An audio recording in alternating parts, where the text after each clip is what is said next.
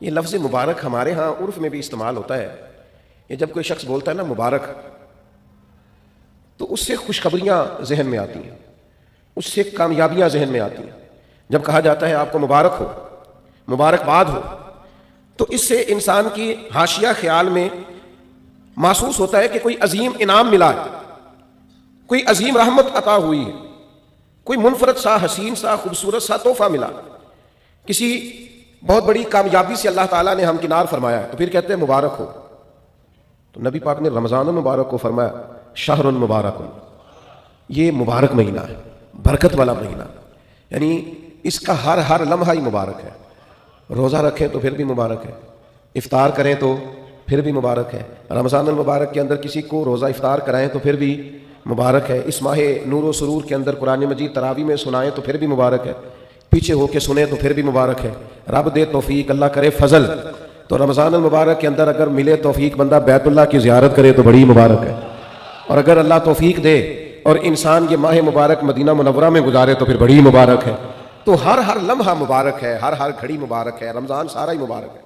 پہلا عشرہ بھی مبارک ہے، درمیان والا بھی مبارک ہے، آخری بھی مبارک ہے، تاک راتیں بھی مبارک ہیں، لیلۃ القدر بھی مبارک ہے. تو حضور نے فرمایا شہر المبارک، یہ کیا ہے؟ مبارک مہینہ ہے. کون سا مہینہ ہے؟ یہ جتنے لوگ مایوس ہیں نا کسی بھی وجہ سے، خدا نخواستہ پریشان ہے کسی بھی وجہ سے، محسوس کرتے ہیں پیچھے رہ گئے کسی بھی وجہ سے، تو وہ یوں سمجھ لیں کہ یہ وہ مہینہ آ گیا ہے جس میں مبارک ہی مبارک ہے، جس میں کرم ہی کرم ہے، عطا ہی عطا ہے. اب پریشان نہیں ہونا. شہر المبارک، یہ مبارک مہینہ آ گیا، برکت والا مہینہ آ گیا. اب کوئی پریشانی نہیں، کوئی پچھتاوا نہیں، کوئی پیچھے نہیں ہٹنا، کوئی کمزور نہیں پڑنا. یہ مبارک مہینہ، اس کو نبی کریم نے مبارک کہا. تو اس کے لمحے لمحے میں آپ نے تصور باندھنا ہے کہ یہ مبارک دن ہے. اس میں رزق آئے گا تو وہ بھی مبارک ہی آئے گا.